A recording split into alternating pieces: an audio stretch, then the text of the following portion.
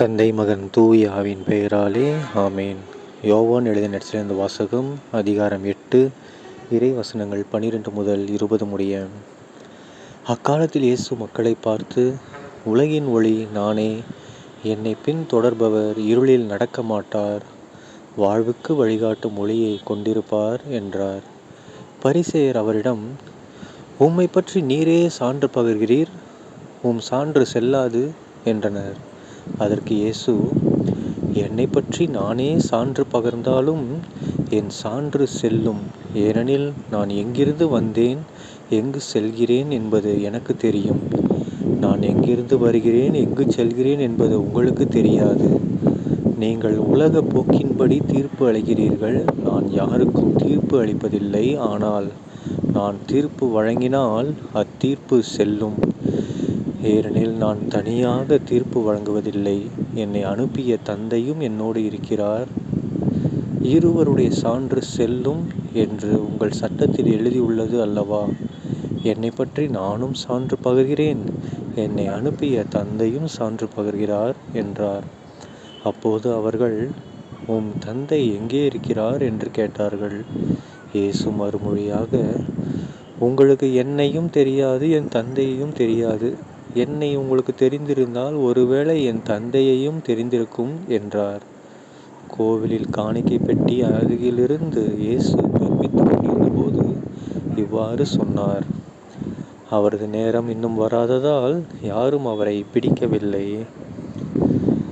ஆண்டவரின் அருள்வாக்கு. கிறிஸ்துவே உமக்கு புகழ். அன்பார்ந்த சகோதர சகோதரிகளே, இன்று தவக்காலம் 5ஆம் மாதம் ஏப்ரல் 7ஆம் தேதி 2025ஆம் வருடம் திங்கட்கிழமை. இன்று நற்செய்தியில் பார்க்கும் இயேசு கிறிஸ்து ஆண்டவர் நம்ம எல்லாருக்கும் ஒரு மிகப்பெரிய ஒரு விஷயத்தை எடுத்துரைக்கிறார். என்ன விஷயம்? நானே உலகின் ஒளி. ஓகேங்களா? Jesus is the light. அவர் தான் என்னது? ஒளியாக இருக்கிறார். ஒளினா என்ன?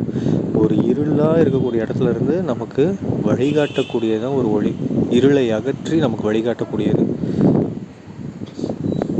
ஓகேங்களா? ஸோ நம்முடைய வாழ்க்கையில் நம்ம எவ்வளவோ கஷ்டங்களில் இருப்போம், எவ்வளவோ இருளில் சூழ்ந்து ஒரு பல வகையான கஷ்டங்களில் நம்ம அடிபட்டு மிதிப்பட்டு ஒரு இருண்ட வாழ்க்கைக்குள்ளே இருக்கும்போது இயேசு கிறிஸ்து ஆண்டவர் வரும்போது என்ன நடக்கும்?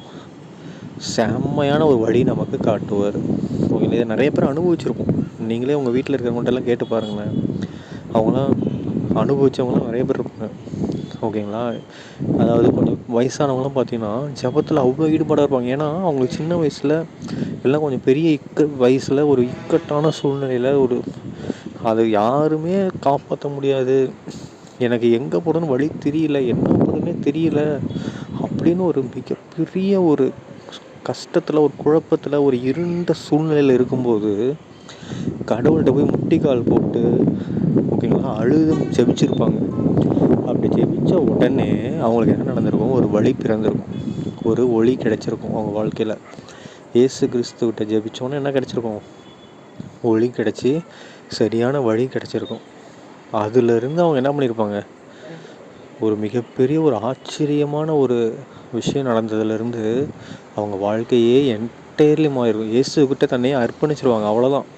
அப்பா. ஆனால் என்ன பண்ணுவோம்? நாம் முதல்ல தேடி போகணும், ஒளியை தேடணும். அதை விட்டு எப்பயுமே இருளையே தேடிக்கிட்டு இருந்தோம்னா கடைசி வரையும் நம்ம எங்கே தான் இருக்கணும்? இருட்டுக்குள்ளேயே இருக்க வேண்டியதான். ஓகேங்களா? நம்ம ஒளியின் மக்கள். ஸோ அந்த ஒளினா யார்? கடவுள் ஏசப்பா. ஏசப்பாவுடைய மக்களாக இருக்கிறோம் அப்படின்னா கண்டிப்பாக என்ன பண்ணணும்? ஒளியை தேடிக்கிட்டே இருக்கணும். ஓகேங்களா?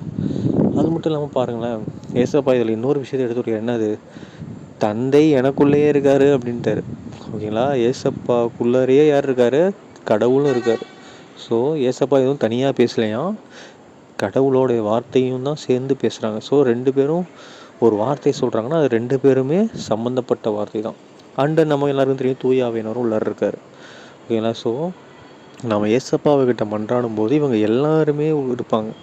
தந்தை மகன் தூய ஆவி 3 பேர்ட்டையும் நம்ம மன்றாடுறோம். அவங்க நமக்கு நம்ம வாழ்க்கையில் உள்ள இருளை அகற்றி சரியான ஒரு ஒளியாக விளங்கி நம்முடைய வாழ்க்கையை ஒரு ஒளிமயமான வாழ்க்கையாக மாற்றுவாங்க. ஓகேங்களா? தந்தை மகன் தூய ஆவியின் பெயராலே ஆமீன்.